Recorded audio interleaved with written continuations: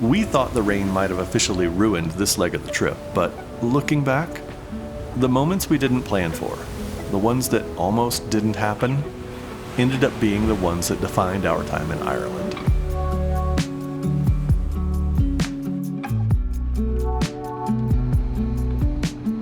Honestly, some of the best days we've had on the road didn't come from the big plans. They came from the shorter stops, the chance encounters, and the places you almost skip because you're in a hurry to get somewhere else.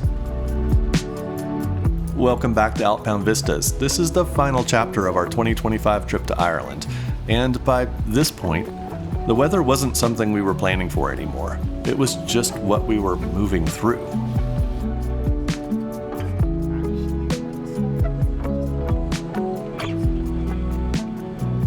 A quick stop at Muckross reminded us what we were up against.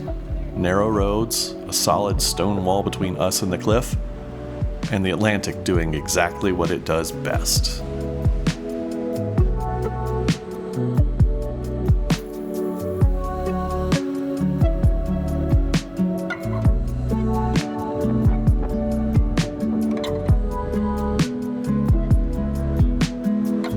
We pushed west towards Slieve League next, but the rain won that round. The road was closed. On this trip to Ireland, we learned quickly that our itinerary didn't always get the final say, but as it turns out, being forced to pivot led us to a reward we weren't expecting.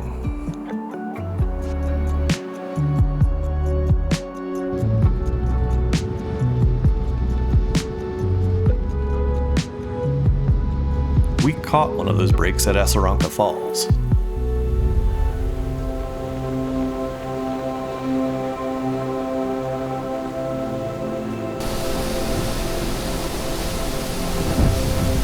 Looking at it, you realize that waterfalls like this aren't just reacting to a storm. They're the result of thousands of years of forces carving through Donegal. In weather like this, those old paths become obvious. They get louder, faster. We'd seen this waterfall before, but honestly, never with this much force. It felt like a peace offering for all that suffering from rain. But the real test of the trip was waiting for us on Cruit Island. We spent this day climbing with Iain Miller. This stretch of the coast on Cruit Island is his backyard. He's spent years on this rock above the Atlantic, establishing hundreds of routes.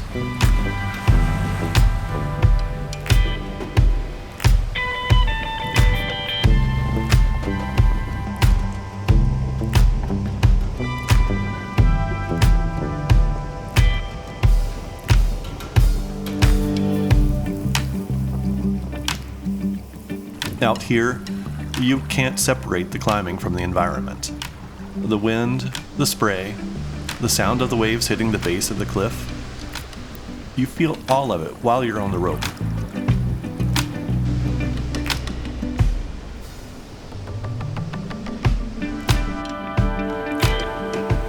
What matters here is how the rock feels. Solid, textured, predictable. Every move is deliberate, not because it's a tough route, but because the setting demands your attention.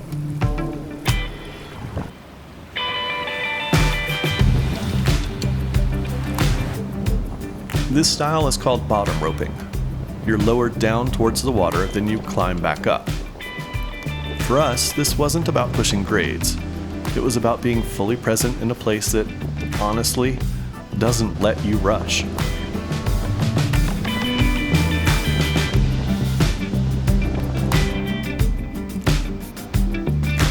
It felt less like conquering a climb and more like just moving carefully through it.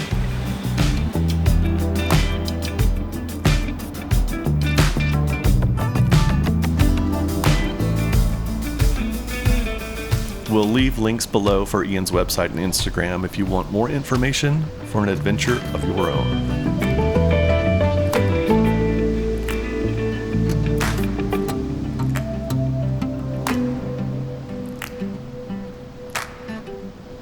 after the intensity of the coast, the trip took a quieter turn. We started finding places that felt less like landmarks and more like echoes of the past.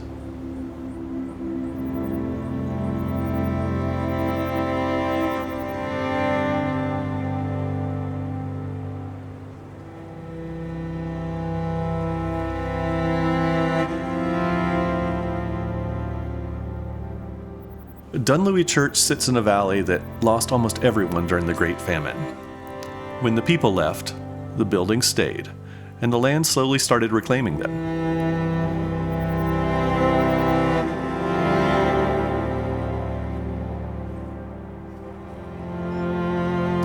Walking through here, it doesn't feel abandoned. It feels paused.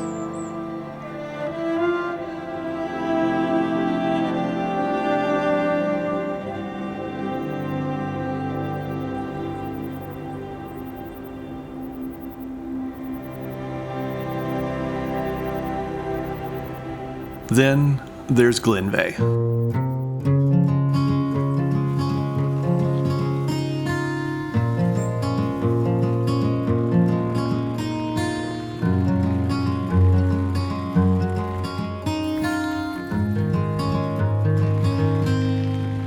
This vast property located in the Itinerary Mountains afforded us another chance to hop on e-bikes for the afternoon.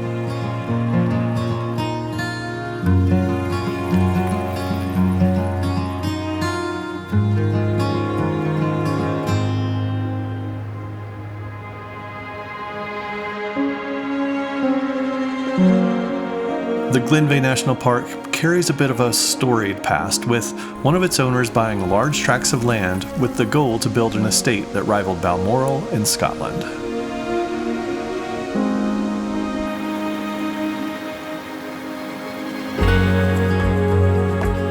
John Adair kicked 47 families off the land that they had lived on as tenants for generations. When Adair died, his wife had a large stone inscribed with his name and an inscription reading "Brave, Just, and Generous." It is claimed that one night during a thunderstorm, this rock was hit by lightning and sent to the bottom of the lake.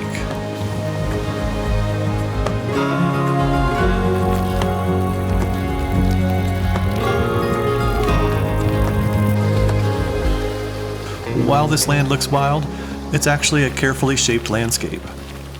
It's a reminder that many places we experience as wild can carry layers of ownership and intention beneath the surface.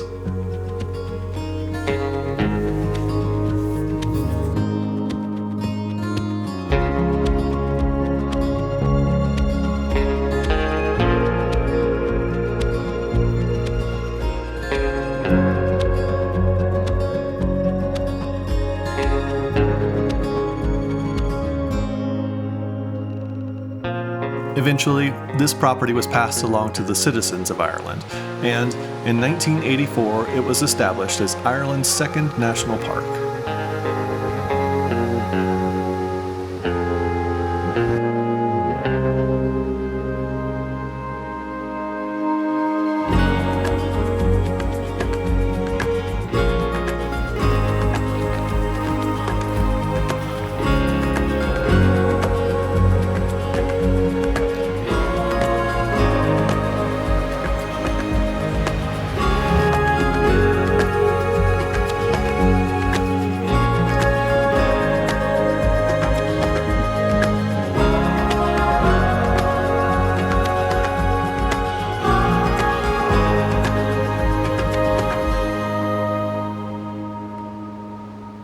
For our Parkup that night, we found an unusual spot on the quay in Ramelton.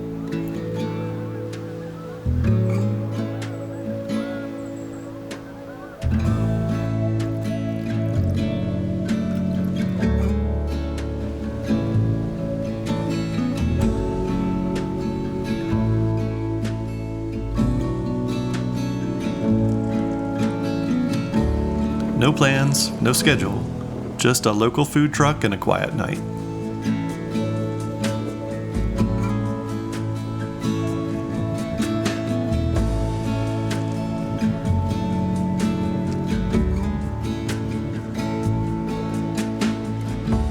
And then, just before dark, hundreds of starlings passed through the sky. Sometimes, the best moments are the ones you didn't have to pay for or hike to.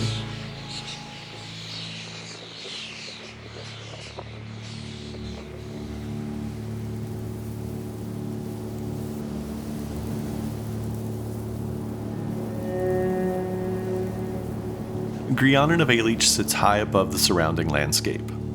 It's a restored ancient ring fort that has seen centuries of movement below it. It makes you pause as you realize how much has changed and how much hasn't.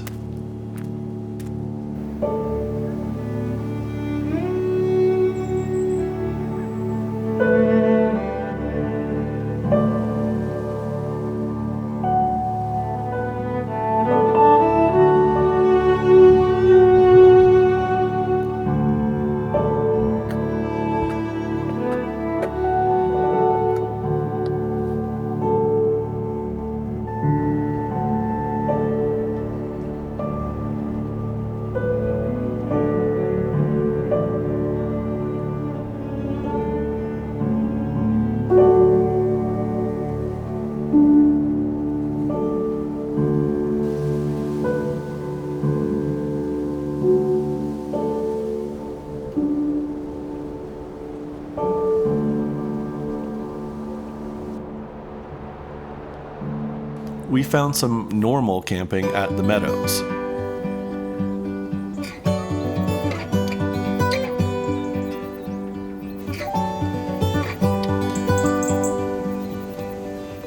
Simple, quiet, and easy to recommend.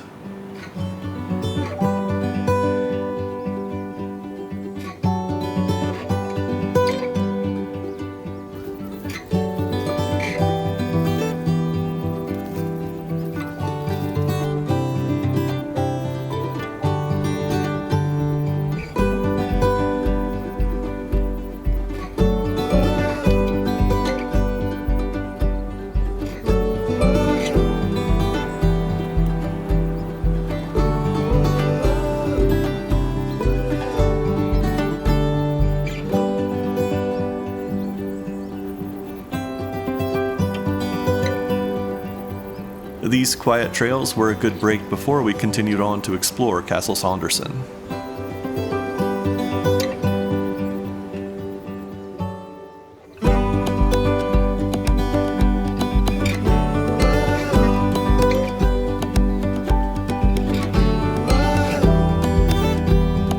Rising from the ruins of the ancient O'Reilly stronghold on the border of the Republic of Northern Ireland, the current Castle Saunderson dates to 1840. Today, its restored trails tell a story of a history marked by both conflict and a new era of reconciliation.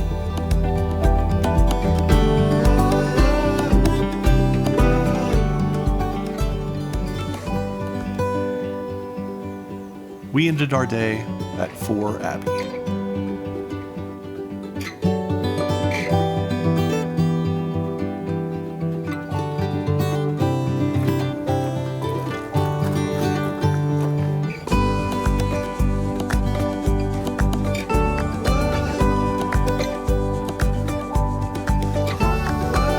This was once a settlement for monks through famine and invasion. It wasn't separate from daily life, it was daily life.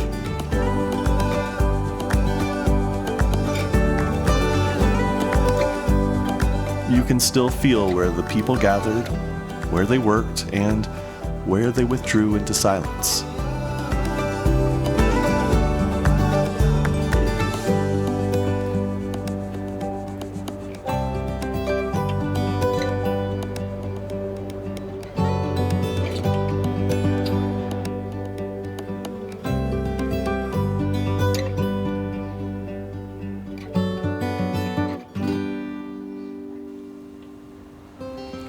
St. Fachen's old abbey and anchorite cell sit quiet watch over Fore Abbey, where up to 300 monks and 2,000 students once lived.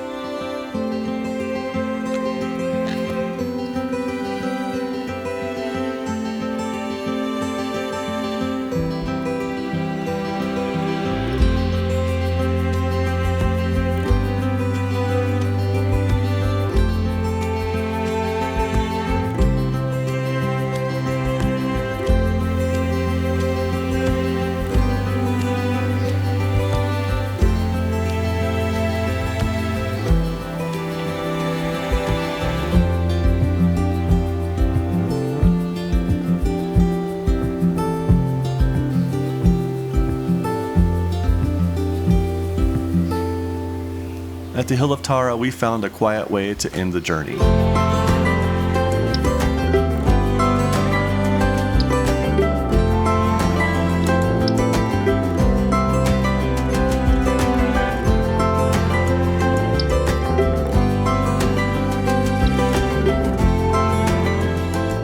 It's a place layered with meaning, but it's calm enough to just stand there.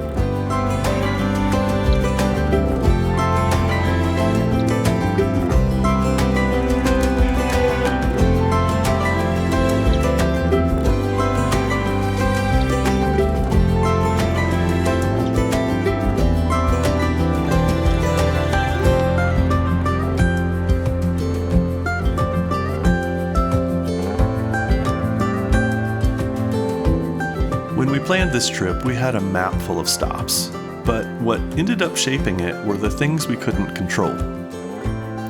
Somewhere along the way, those limitations started to feel like permission. Permission to slow down, to actually pay attention, and to let the road decide the direction for once. If you've enjoyed this series, a like really helps the channel out, and if you want to see where the road takes us next, hit subscribe. Thanks for watching.